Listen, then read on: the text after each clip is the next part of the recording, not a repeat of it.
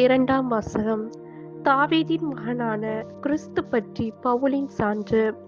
திருத்துதர் பணிகள் நூலிலிருந்து வாசகம்.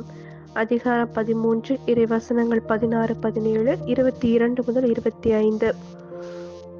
தொழுகை கூடத்தில் பவுல் எழுந்து கையால் சைகை காட்டிவிட்டு கூறியது: இஸ்ரேல் மக்களே, கடவுளுக்கு அஞ்சுவோரே, கேளுங்கள். இந்த இஸ்ரேல் மக்களின் கடவுள் நம்முடைய மூதாதையரை தேர்ந்தெடுத்தார்.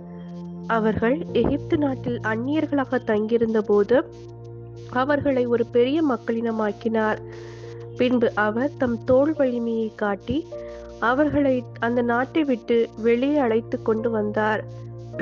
பின்பு அவர்கள் தங்களுக்கு ஒரு அரசர் வேண்டும் என்று கேட்டார்கள்.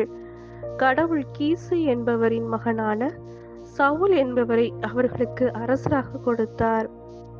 பென்யமின் குலத்தினராகிய அவர் 40 ஆண்டுகள் ஆட்சி செலுத்தினார்.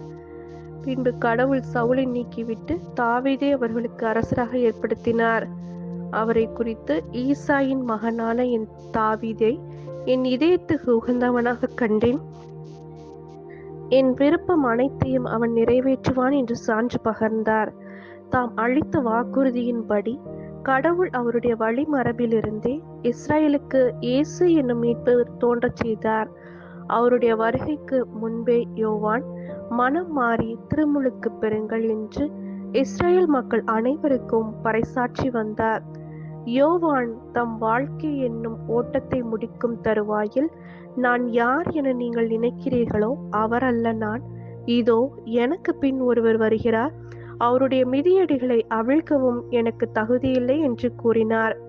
இது ஆண்டவரின் அருள்வாக்கு. இறைவா, உமக்கு நன்றி.